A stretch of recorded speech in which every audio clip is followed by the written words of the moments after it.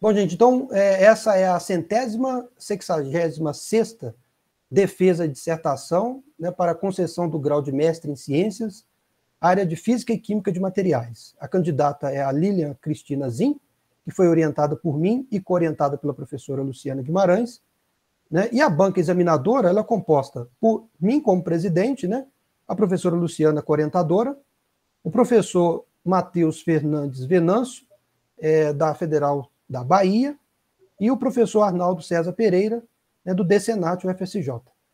Então, Lília, de acordo com as normas, você tem de 40 a 50 minutos para poder fazer a sua apresentação e logo em seguida nós passaremos para a arguição, né, da banca. E aí, na parte final, teremos a deliberação. Tá certo, Lília? Então, fica à vontade, a palavra é sua. Muito obrigada. Bom, então, boa tarde.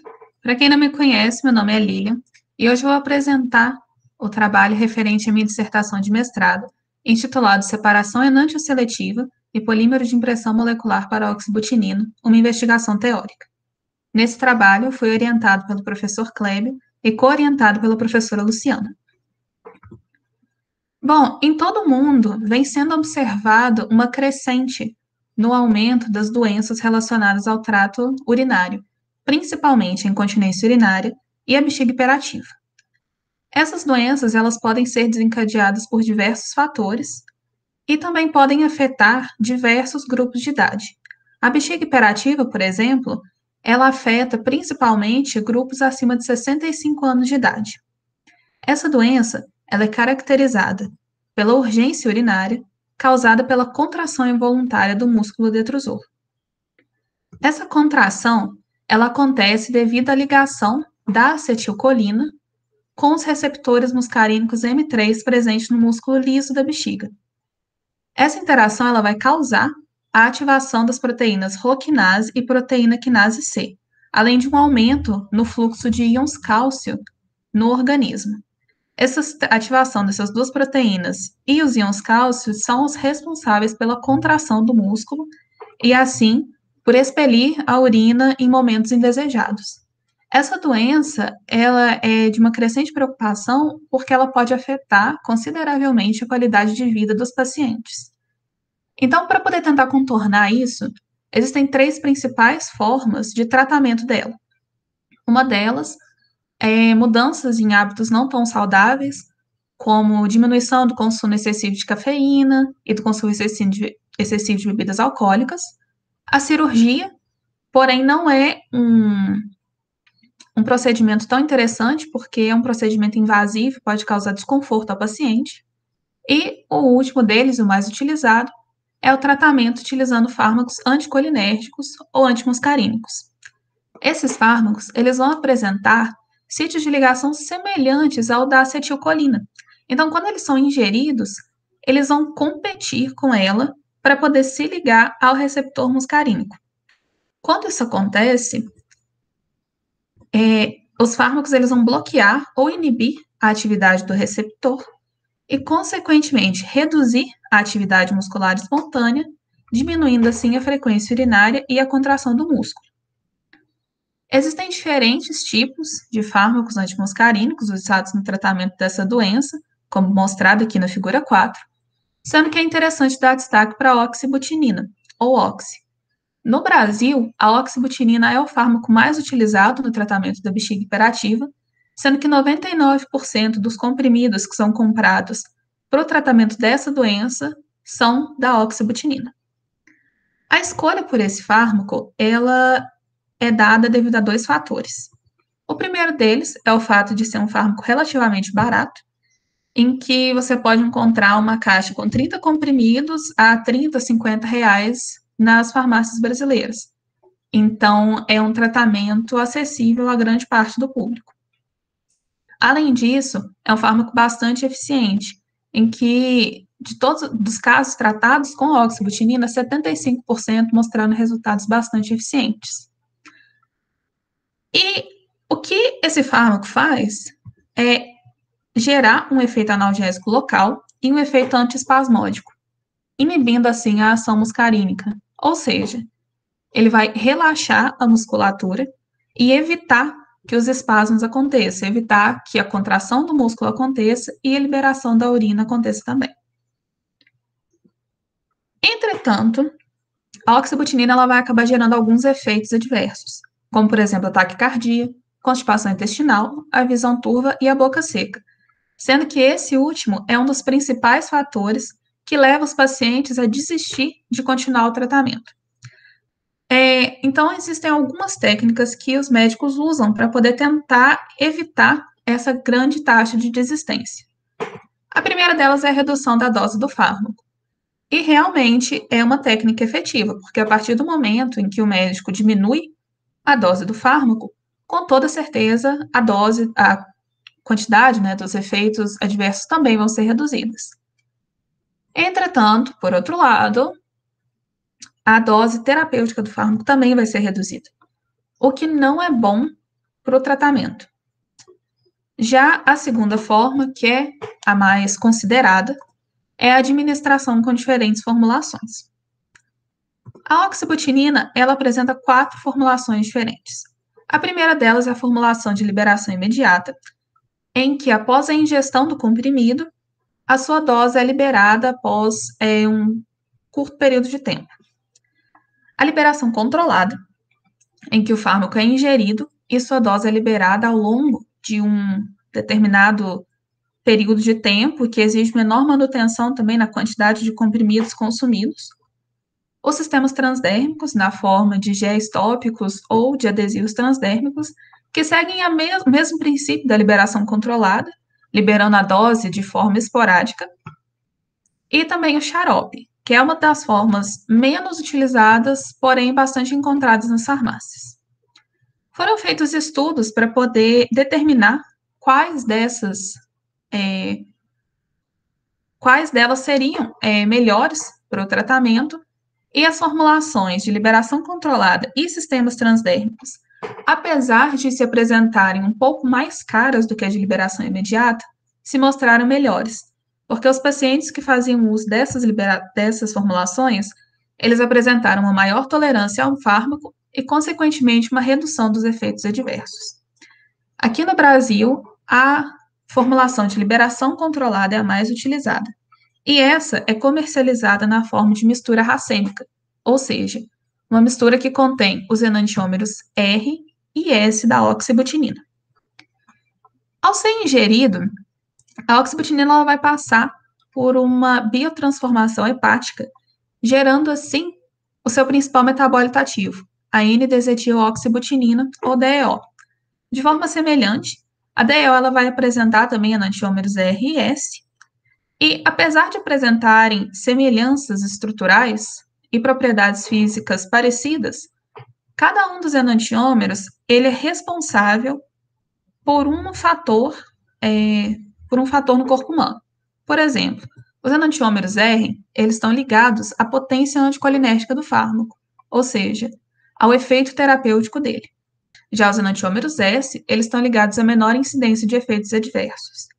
Então, quando essa formulação é administrada, como a mistura racêmica é administrada, os efeitos se mostram melhores do que quando a administração de cada um dos enantiômeros é feita separadamente. Após essa breve introdução sobre a oxibutinina, que é o principal fator de estudo do meu trabalho, alguns objetivos gerais foram traçados. O primeiro deles, no primeiro capítulo do trabalho, foi feita uma separação enantioseletiva da oxibutinina para poder propor a ordem de eluição de seus enantiômeros. Já no segundo capítulo, foi proposto um protocolo teórico para a síntese de um possível MIP para a oxibutinina. Então, o capítulo 1, ligado à separação enantioseletiva, essa separação enantioseletiva ela é muito importante, principalmente quando a gente leva em consideração a busca constante por fármacos mais eficientes e que apresentem menor incidência de efeitos adversos. Essas duas características, elas vão estar ligadas ao sistema ligante-alvo biológico do corpo humano, ou seja, o sistema ligante, no caso, o fármaco e alvo biológico, o sítio ativo no corpo humano. A forma com que ocorre a interação entre o fármaco e o sítio ativo é justamente o que vai reger o efeito terapêutico e os efeitos adversos causados pelo fármaco. E isso vai ser controlado por 4 principais fatores. O primeiro deles é a estrutura do fármaco e sua conformação, e também a seletividade e a especificidade do sítio ativo. Então, por isso é que é interessante fazer uma separação enantioseletiva, porque quando se considera 2 enantiômeros que apresentam igual composição química e propriedades físicas, igual composição química e propriedades físicas, você pode perceber que cada um vai ser responsável por diferentes atividades biológicas, levando assim a aspectos farmacodinâmicos, farmacocinéticos e toxicológicos diferentes. Essa diferença ela vai se dar principalmente devido às interações distintas causadas entre o enantiômero e o sítio de ligação no corpo humano. Para poder entender, né, a separação enantioseletiva, existem diferentes técnicas que são utilizadas nesse processo, sendo que uma delas é a cromatografia líquida de alta eficiência, HPLC. O seu princípio é basicamente a interação causada entre a amostra, que é injetada após o início do processo, a fase móvel, ou seja, o solvente utilizado, e a fase estacionária que está contida dentro da coluna cromatográfica. À medida que a bomba vai bombeando essa fase móvel e ela começa a interagir com a amostra, já dá para se ter uma certa diferença na interação entre os enantiômeros e a fase móvel. Entretanto, a partir do momento que essa mistura chega na coluna cromatográfica, aí é que ocorrem mais interações diferenciais e a amostra fica retida determinado tempo dentro dessa coluna cromatográfica. A partir do momento em que as interações vão enfraquecendo, o enantiômero ele sai da coluna cromatográfica e passa por um detector, onde é possível gerar os dados para poder confeccionar um cromatograma, identificando então os picos relacionados a cada um dos enantiômeros estudados. Os métodos cromatográficos eles podem ser divididos entre diretos e indiretos, sendo que os métodos diretos são muito interessantes porque eles permitem a utilização de fases estacionárias quirais. Essas fases elas contêm seletores quirais, que podem ser polissacarídeos, proteínas, antibióticos macrocíclicos, entre outros. As colunas baseadas em polissacarídeos são bastante utilizadas porque eles permitem a conversão dos mesmos em derivados, como carbamatos e triésteres. Isso vai acabar levando a uma maior interação entre a fase estacionária e o analito. Só que eu estou falando aqui de interações diferenciais, já falei várias vezes essa palavra, mas eu não mencionei quais são os tipos de interação que podem acontecer. Então, existem diferentes tipos, como interações iônicas, ligações de hidrogênio, pi-pi-stacking, dispersão de London e interações repulsivas causadas pelo impedimento estérico. Essas interações diferenciais, elas são, né, a principal base para poder determinar a ordem de eluição enantiomérica, porque elas podem variar tanto em número, como ilustrado aqui na figura, quanto em magnitude, principalmente quando se tem complexos formados a partir de enantiômeros seletores quirais que contêm o mesmo número de ligações formadas. E isso que é interessante do estudo da separação enantioseletiva. Esses complexos eles vão ser formados a partir da aproximação entre a molécula a ser analisada e a fase estacionária quiral, aqui representada pelo polissacarídeo. Ela vai ser, né, feita de forma de aproximação tanto experimentalmente quanto teoricamente. Porque a química computacional ela pode ser utilizada como uma grande aliada nesses processos, porque ela vai permitir um estudo do processo de separação a nível molecular. Ou seja, é possível identificar as interações formadas entre a fase estacionária e os analitos, tanto a quantidade de interações, o tipo de interações e quais são elas, quais átomos estão envolvidos nas interações. Os graus de teoria que são utilizados para esses cálculos são a dinâmica molecular e a teoria do funcional de densidade, que foi escolhida para esse trabalho, e também para outros trabalhos feitos pelo nosso grupo de pesquisa. Um deles, de 2019, 5 colaboradores propuseram a separação enantioseletiva do dinotefurano. Em 2020, 5 colaboradores fizeram a do praziquantel. A principal motivação para esse primeiro capítulo do trabalho foi esse cromatograma obtido pelo professor Kehler na sua tese de doutorado. Aqui, ele utilizou a coluna Chiralpac AD, com a amilose como seletor chiral, e em a fase móvel, o N-exame, 94%.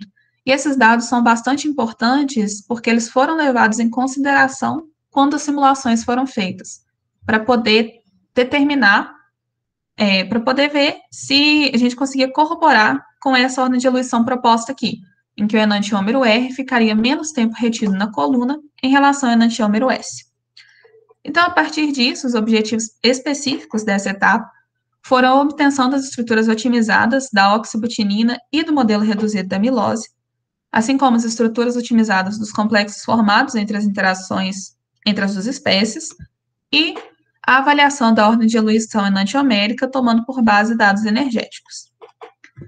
A metodologia escolhida envolveu uma análise conformacional dos enantiômeros da oxibutinina, utilizando o campo de força Amber, em que foram obtidas 50 conformações para cada um desses enantiômeros. Dessas 50, a de menor energia foi otimizada a nível M062X, 63 no GDP, para poder, então, formar os complexos com o modelo reduzido da ADMPC, que também foi otimizado. O modelo de solvatação baseado na densidade, SMD, foi considerado como efeito do solvente aqui, e todos os valores energéticos passaram por correção por erro de superposição de bases. Esses valores energéticos foram a variação da energia eletrônica, ΔE, e a variação da energia livre de Gibbs, ΔG. Eu falei aqui várias vezes do modelo reduzido da amilose, e esse modelo reduzido ele foi escolhido porque a amilose ela é uma estrutura complexa que apresenta repetições do grupo tris-3,5 de metilfenilcarbamato, que é representado em C. Esse grupo, por sua vez, ele apresenta os principais sítios de interação da amilose. Esses sítios, eles são bem discutidos na literatura, bem definidos, e eles possibilitam a formação de interações iônicas, de ligação de hidrogênio, e os anéis aqui também podem formar interações pi-pi-stacking.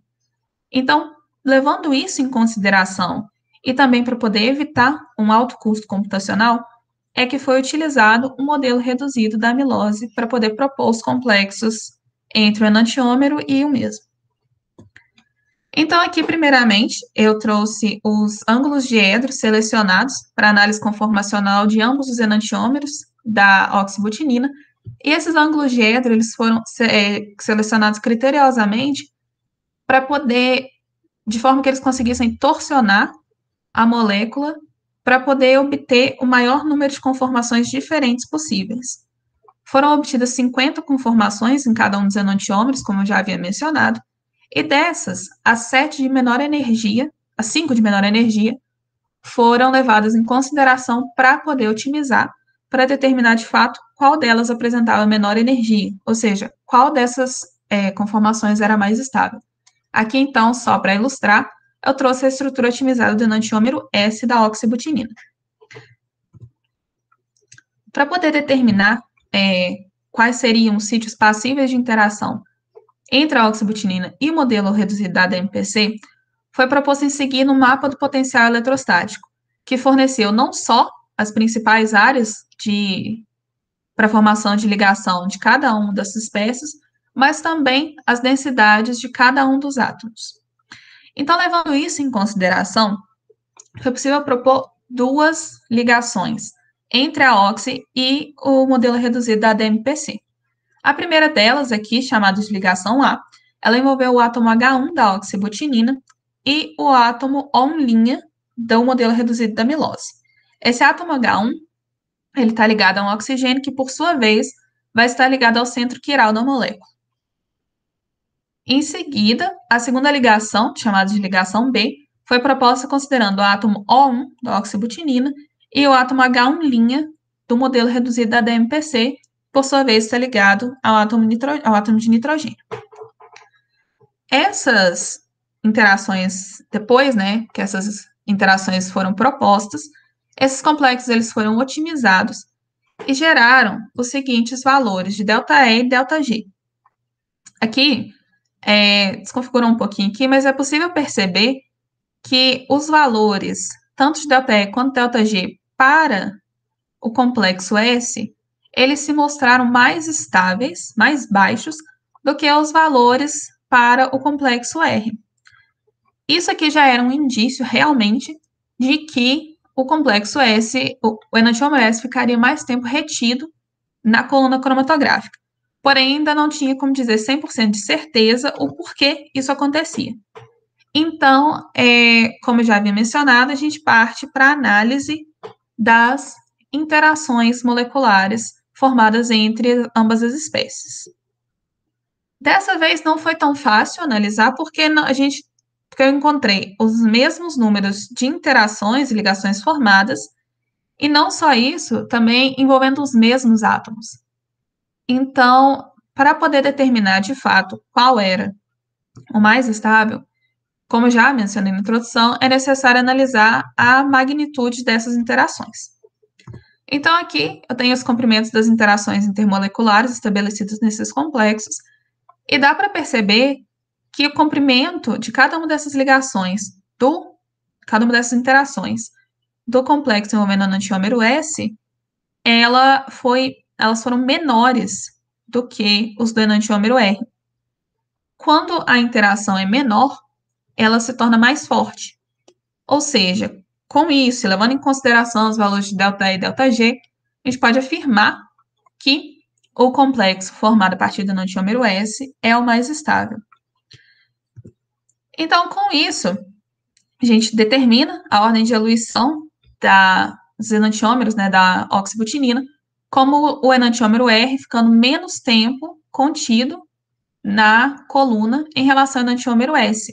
E isso corrobora o cromatograma experimental obtido pelo professor Kähler na sua tese de doutorado, mostrando a importância da química computacional para poder auxiliar na determinação da separação seletiva de espécies.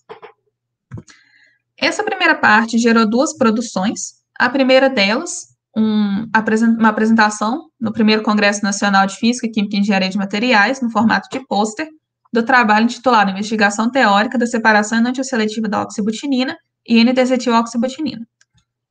E a segunda, um artigo publicado na Química Nova, intitulado Separação Enantioseletiva da Oxibutinina, uma investigação teórica experimental. Agora, então, a segunda parte do trabalho, o segundo capítulo, está ligado à proposição de um protocolo teórico para um possível polímero de impressão molecular para a oxibutinina. E esses MIPs, eles são bastante interessantes, principalmente quando a gente leva em consideração o preparo de amostras. O preparo de amostras, ele é uma etapa muito importante de qualquer processo analítico, porque ele vai permitir que o analito seja isolado de sua matriz, aumentando assim a sua concentração e a pureza do mesmo. Isso faz com que, ao longo do processo analítico, ocorram menos erros e o resultado obtido seja o mais exato possível. Entre as diferentes técnicas que são utilizadas para tal, tem-se a microextração em fase sólida e a extração em fase sólida, que pode utilizar os polímeros de impressão molecular para poder realizar essa etapa. Esses polímeros de impressão molecular, nos MIPs, eles são escolhidos porque eles são materiais seletivos, que apresentam alta eficiência de adsorção e uma alta eficiência de retenção. Além disso, eles também são materiais rígidos e tridimensionais, com alta capacidade de extração de analitos. Isso acontece devido à presença de sítios específicos, o que faz com que ele consiga reter a amostra a ser analisada com um alto grau. Além disso, ele também apresenta boas estabilidades físicas, químicas e térmicas, um fácil preparo e a possibilidade de recuperação e reuso do material, o que é uma coisa muito interessante do ponto de vista da química verde. De forma simplificada, os MIPs eles vão ser formados a partir das interações entre os monômeros funcionais, a molécula molde e o agente de ligação cruzado. A partir do momento que o iniciador radicalar é inserido no meio de síntese, ocorre a polimerização e a formação de uma rede polimérica. Essa rede polimérica ela vai passar pela remoção da molécula molde por meio da solubilização, utilizando um solvente, assim como os outros solventes de síntese também vão ser solubilizados, restando assim no final apenas essa rede polimérica com sítios específicos para a molécula molde escolhida. As interações que podem ocorrer entre essas três espécies podem ser do tipo de força de dispersão, interações iônicas, ligações de hidrogênio, pipa-stacking e forças de Van der Waals. Porém, esses não são os únicos fatores que vão governar a síntese desses materiais. O iniciador radicalar utilizado, que pode ou adiantar ou atrasar um pouco a síntese desse MIP, o pH do meio reacional, a temperatura em que a síntese é conduzida, a homogeneização da solução e o solvente a ser escolhido, também acabam interferindo no processo sintético. E isso acaba demandando um alto uso de recursos laboratoriais, porque mesmo que o MIP seja um material de considerável fácil preparo, ele vai envolver um grande número de testes envolvendo solventes, monômeros funcionais e agentes de ligação cruzada, o que, do ponto de vista da química verde e também do ponto de vista econômico, não é muito viável. Então, para isso, a química computacional é acionada, porque, novamente, compreendendo as forças intermoleculares que atuam nessa síntese, a química computacional permite o planejamento racional de síntese. E isso vai ajudar a contornar esses problemas laboratoriais que eu acabei de citar, cumprindo assim com o que é estabelecido pela química verde. As simulações teóricas elas podem ser feitas utilizando dinâmica molecular, o docking molecular e a teoria do funcional de densidade, que novamente foi escolhida para este trabalho e também para outros trabalhos feitos pelo nosso grupo, como de 2016, Fonseca e colaboradores, que propuseram o MIP para o tramadol, 2017, da Silva e colaboradores propuseram para o carvedilol, Silvio Nascimento Júnior em 2020 para o tiacloprido e Silvio e colaboradores em 2021 para o tiametoxan. A principal motivação dessa etapa foi justamente a utilização do MIP para poder determinar, o fato que ele pode ser utilizado para determinar uma espécie em matrizes complexas. No caso da oxibutinina, pode determinar no plasma sanguíneo e na urina, que é onde esse fármaco é encontrado em sua forma original, sem nenhuma alteração. Os objetivos específicos desse capítulo foram a otimização das estruturas da molécula molde, dos monômeros funcionais e dos agentes de ligação cruzada, assim como dos complexos de pré-polimerização formados entre as interações dessas espécies, e também a determinação do melhor protocolo teórico para o MIP. A metodologia utilizada aqui envolveu a otimização a nível B3LIP e M062X. Em ambos os casos, a conjunto de função de base que foi escolhido foi o mesmo, 631GDP. Novamente, o modelo de solvatação baseado na densidade, SMD, foi considerado para poder avaliar o efeito do solvente, e todos os valores energéticos foram corrigidos por erro de superposição de base.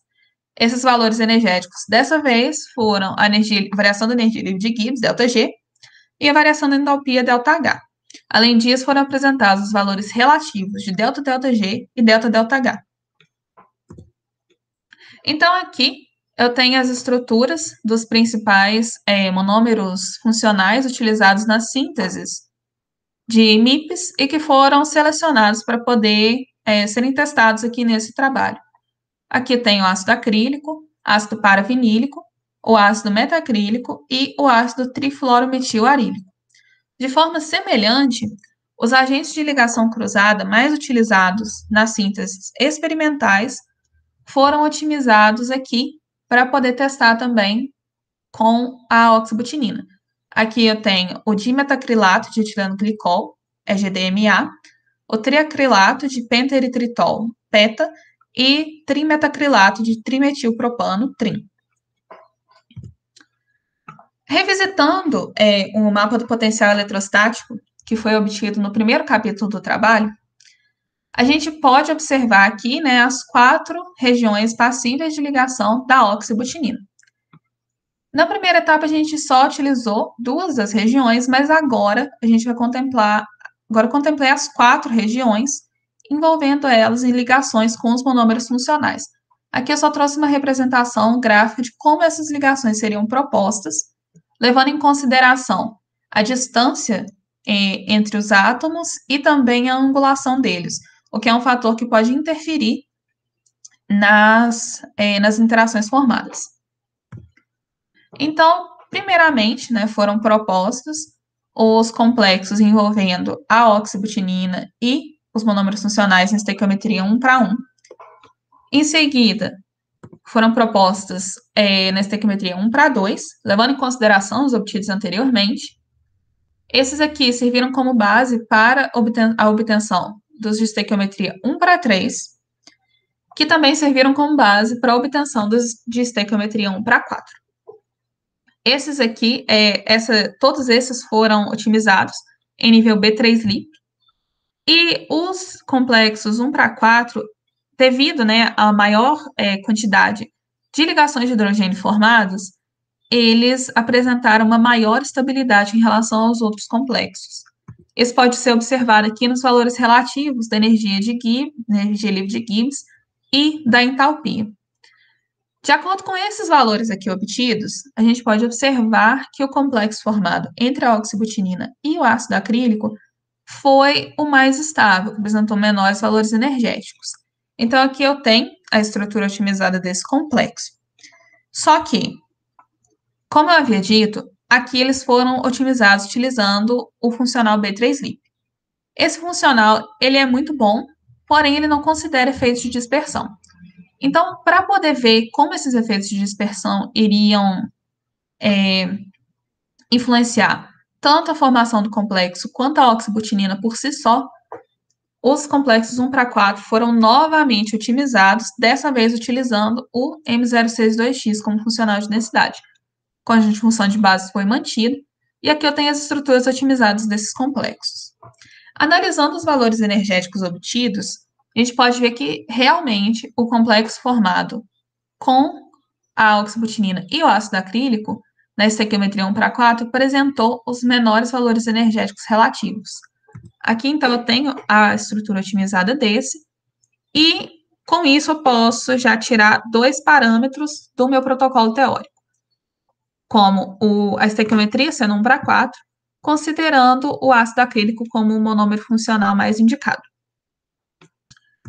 Em seguida, foi conduzido um estudo do efeito do solvente, analisando 7 tipos de solventes diferentes, para que pudesse determinar qual seria o mais eficiente na solubilização da molécula molde e dos demais reagentes de síntese. Aqui eles foram também esse estudo foi conduzido também com o funcional B3LIP e com o funcional M062X. A gente pode observar aqui que o valor da entalpia do B3LIP para o tolueno foi o único que destoou dos demais obtidos para esse solvente. Ela deu essa pequena variação aqui com o cloroforme, porém, quando considerando os efeitos de dispersão do delta-delta-H aqui, a gente pode ver que essa troca aqui, ela é desfeita, que o tolueno se mostrou mais estável do que o cloroforme. Então, aqui, a gente também já pode considerar o nosso terceiro parâmetro como sendo o solvente mais indicado para essa síntese, o tolueno. Então, aqui eu tenho a representação, né, da cavidade do soluto, e aqui o contínuo dielétrico, levando em consideração o SMD, né, o modelo de solvatação. Por último, mas não menos importante, eu tenho aqui, a gente propôs também a interação entre os agentes de ligação cruzada com a oxibutinina e o monômero funcional, no caso o ácido acrílico, para poder conseguir determinar um quarto parâmetro para esse protocolo teórico. Essas interações, elas são diferentes. Cada espécie ela vai apresentar uma interação diferente. Frente à molécula molde, os agentes de ligação cruzada, o agente de ligação cruzada ideal deve apresentar uma interação mais fraca, enquanto que com o monômero funcional, essa interação deve ser mais forte. Então, aqui, eu tenho as estruturas otimizadas dos complexos formados entre a oxibutinina e os 3 agentes de ligação cruzada considerados nesse estudo. E os valores energéticos obtidos para esses 3 complexos mostraram que, utilizando o EGDMA, o complexo ele vai apresentar valores energéticos maiores, ou seja, indica uma interação mais fraca entre a molécula molde e o agente de ligação cruzada. Então, para isso, né, nessa primeira etapa, a gente considera que o agente de ligação cruzada ideal para esse MIP seria o EGDMA. Aí, com isso, a gente vai analisar agora como esse e os demais agentes de ligação cruzada vão se comportar frente ao monômero funcional. Então, aqui eu tenho as estruturas otimizadas dos complexos formados entre o ácido acrílico e os agentes de ligação cruzada propostos. E, como eu já havia dito, essa interação ela deve ser mais forte. No caso aqui, os valores energéticos mostraram que, novamente, o EGDMA seria o agente de ligação cruzada ideal, porque ele vai apresentar os valores energéticos menores. Então, aqui eu tenho a estrutura otimizada desse complexo e o quarto e último parâmetro do protocolo sintético para o MIP foi determinado, então, como o EGDMA, sendo o agente de ligação cruzada mais indicado para esse MIP. Então, assim, a gente pode concluir essa etapa dizendo que o protocolo teórico para a síntese do MIP, ele deve utilizar o ácido acrílico como o monômero funcional, em uma estequiometria 1:4, o tolueno para poder solubilizar a molécula molde e os demais reagentes de síntese, e o dimetacrilato de etileno glicol, EGDMA, como o melhor agente de ligação cruzada. Esse protocolo teórico ele foi obtido levando em consideração a importância, né, que essas interações, as ligações de hidrogênio formadas e outras interações formadas entre a molécula molde, os monômeros funcionais e os agentes de ligação cruzada, a influência que essas interações tiveram na estabilidade dos complexos de pré-polimerização. Então, como considerações finais do meu trabalho, eu gostaria de ressaltar que os objetivos propostos para a primeira etapa foram alcançados, porque eu consegui propor a ordem de diluição dos enantiômeros da oxi, como enantiômero R, ficando menos tempo retido na fonte em relação ao enantiômero S, e corroborando assim com o dado experimental encontrado pelo professor Kehler. E, novamente, os objetivos propostos para a segunda etapa também foram alcançados, em que eu consegui determinar o protocolo teórico ideal para a possível síntese de um MIP para oxi, considerando o ácido acrílico como o monômero funcional mais indicado, em uma estequiometria 1:4, com o tolueno como solvente e o EGDMA como principal agente de ligação cruzada. Esses objetivos eles só puderam ser alcançados devido ao estudo das ligações de hidrogênio e demais interações formadas entre cada uma das espécies envolvidas nessas etapas, nesses capítulos desse trabalho. E o estudo dessas ligações, ele também só foi possível devido à química computacional e EDFT, que auxiliam grandiosamente na compreensão desses processos analíticos. Então, eu gostaria de agradecer, primeiramente, né, à Universidade Federal de São João del Rei e ao Programa de Pós-Graduação em Física e Química de Materiais, por estarem me dando essa oportunidade de conseguir mais um grau, de subir mais um degrau na minha vida acadêmica, aos professores e companheiros da LQTC por toda a ajuda desde o TCC até hoje, às agências de fomento, CAPES, CNPq e FAPEMIG, aos membros da banca por terem novamente aceitado estar aqui hoje comigo, e também a todos que estão assistindo, meu muito obrigada. Então, é isso. Obrigada pela atenção.